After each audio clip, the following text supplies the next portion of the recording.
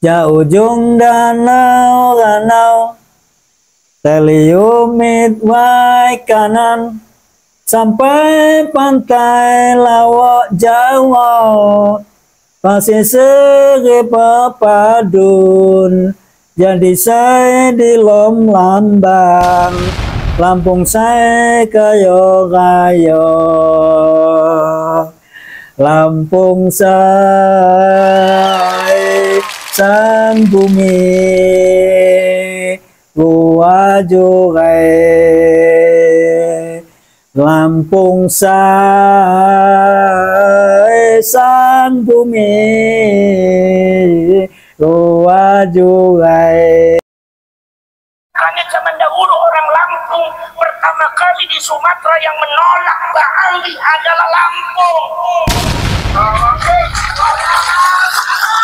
Lampung ini pertama kali tonggak daripada pergerakan di dalam menolak kehilangan Bali. Itu Lampung, saudara. Ketika Aceh banyak di sana masuk. Assalamualaikum warahmatullahi wabarakatuh. Selamat kepada saudara-saudara kita di Lampung yang saat ini dirawui Gus Abbas Buntet dari Cirebon. Beberapa hari ke depan beliau mengadakan safari dakwah, kira-kira ya sekitar 3 hari atau berapa, yang dimulai pada Senin dan malam Selasa dan seterusnya. Jadi beliau ini datang ke Lampung untuk menindaklanjuti pencerahan kepada warga-warga di sana, saudara-saudara kita yang sudah begitu banyak terdoktrin oleh Habib-Habib Ba'alawi yang mengatasnamakan Duriyah Nabi, yang sesungguhnya mereka ini adalah DNA-nya Yahudi Askenazi dari Kaukasia, bukan Yahudi asli dari Nabi Ibrahim alaihissalam. Jadi berbahagialah saudara-saudara kita yang ada di Lampung.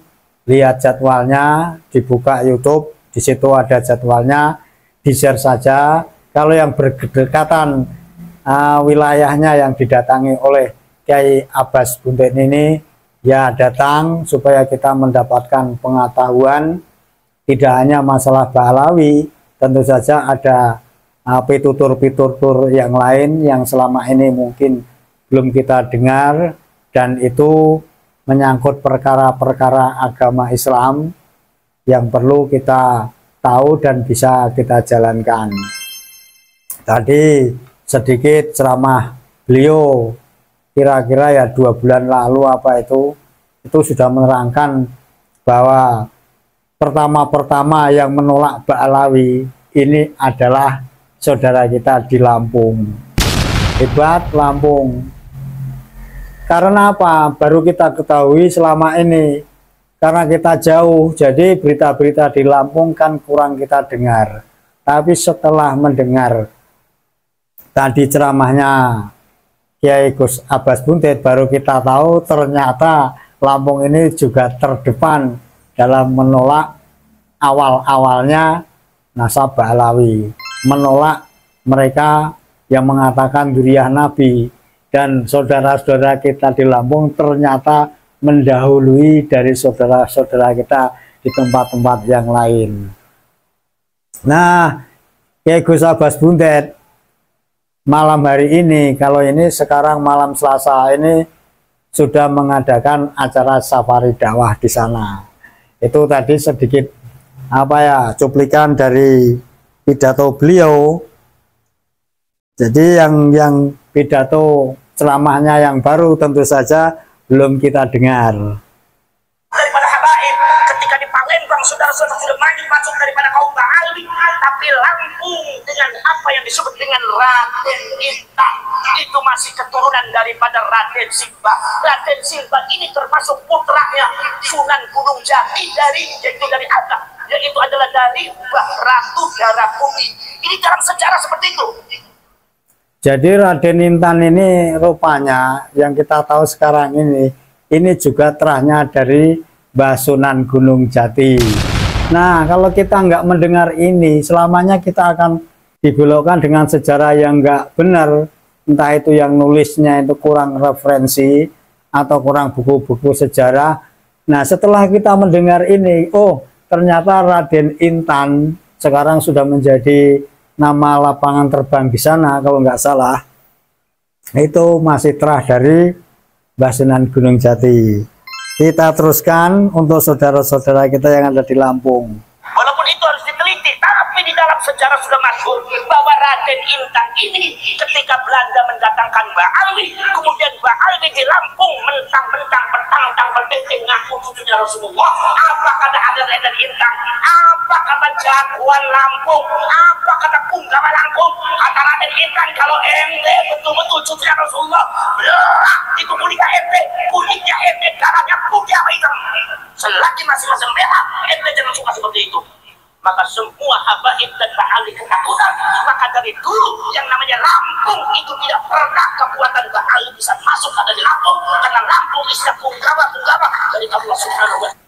Nah, mengagetkan, ternyata dulu itu para Balawi-Balawi yang datang ke Lampung mengaku cucunya Rasulullah ini langsung ditentang dan diperangi dan diusir, sehingga Lampung ini menjadi mercusuar pertama kurang lebih dalam penolakan Balawi. Jadi saudara-saudara Lampung, jangan kecil hati bahwa engkaulah yang mula-mula menolak mereka. Darah kita sama merahnya, ya kan, tulang sama putihnya. Jangan sampai daripada putih tulang lebih baik putih mata. Itu simbol-simbol ucapan-ucapan dari orang-orang tua kita dulu. Jadi dengan adanya kedatangan Gus Abbas Buntet Cirebon ke Lampung saat ini, semoga menjadi pencerah kembali, mengingat-ingat bahwa Raden Inten dulu sudah berjuang seperti itu. Dan ini perlu kita ketahui dan kita kenang, supaya apa? Kita tidak lupa bahwa sebelum itu dulunya Balawi-Balawi ini juga sudah petentang-petenteng yang kata kayak Gus Abbas tadi di Lampung. Tapi melihat kejadian itu, Raden Intan ini langsung merangi mereka, menolak mereka, sehingga mereka lari lintang pukang kalau nggak salah seperti itu. Jadi kita sebagai pribumi, kita sudah terdoktrin lama. Ini memang sulit untuk menghilangkan doktrin-doktrin itu kalau tidak dikasih pencerah orang-orang yang hebat, yang betul-betul kredibilitas ilmunya dan keulamaannya ini mumpuni. Ya salah satu contohnya adalah Kiai Gus Abbas Buntet ini. Beliau ini terang-terangan dengan tegas, kalau kita melihat dalam pengajian-pengajiannya, ini menolak betul-betul Balawi yang mengatakan bahwa dia duriyah Nabi kita Muhammad Shallallahu Alaihi Wasallam.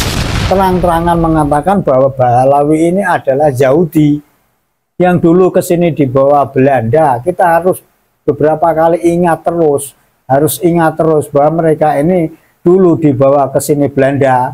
Bahkan konon mereka ini adalah orang-orang yang kere, datang ke sini mencari pekerjaan untuk memperbaiki ekonominya, memperbaiki nasibnya. Tapi setelah dilihatnya Indonesia ini indah, air mengalir di mana sungai mengalir, kemudian buah-buahan bisa tumbuh di mana tempat, dan makanan begitu melimpah, itu ibarat orang. Nah, ada cerita itu seperti buaya, itu yang ketimpa pohon yang rubuh, beberapa hari tidak bisa keluar dari situ, sehingga badannya menjadi lemah dan menjadi lemah karena kekuatannya hilang, karena tidak bisa lepas dari kayu yang mendihnya. Datanglah seekor kebo, kemudian minta tolong kepada kebo supaya kayunya ini disingkirkan. Kebo sesungguhnya tahu kalau buaya ini binatang yang berbahaya. Kalau ditolong, jangan-jangan nanti akan memangsa dirinya. Karena kasihan, buaya sudah kelaparan, kere, nggak bisa bergerak, tertimpa masalah dengan pohon yang menindihnya ini, timbul kasihan dengan si kebo, di hati si kebo ini, disingkirkanlah pohon itu. Setelah disingkirkan, ternyata apa yang terjadi?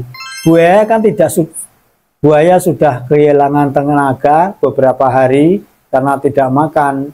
Akhirnya minta dipondong oleh si kebo untuk mengantarkannya ke pinggir sebuah sungai. Malang tak dapat ditolak, untung tak dapat dicari. Setelah dipondong dalam punggungnya si kebo ini, buaya ini karena beberapa hari kelaparan, melihat daging punggung si kebo ini begitu menggiurkan, akhirnya berpikiran untuk memakan si kebo ini.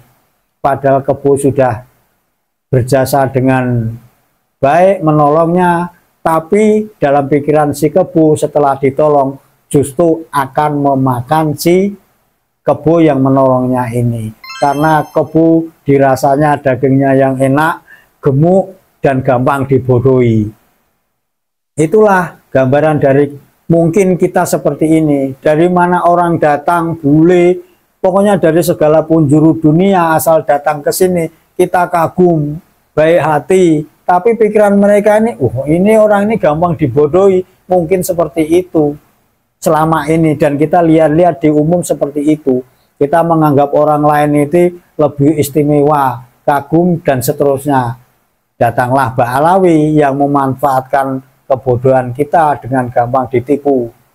Bahkan kalau kita waktu itu sudah mayoritas agama Islam, supaya gampang menipu kita, dia memakai jubah agama Islam. Maka ada Mufti Batavia.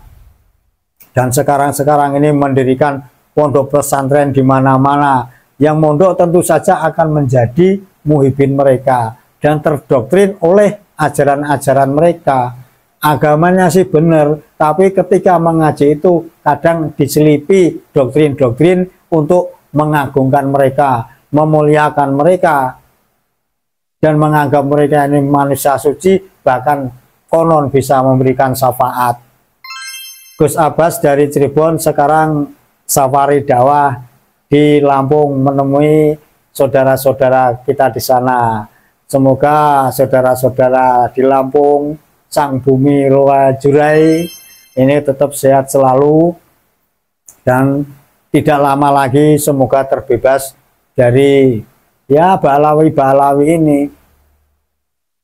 Berani terang-terangan menolak mereka kalau mereka kadang-kadang ada cerita dawir-dawir, minta ini minta itu, datang dan seterusnya, menjual akik atau menjual akik, menjual minyak wangi yang harganya tidak sesuai dengan harga aslinya, bahkan berlipat-lipat.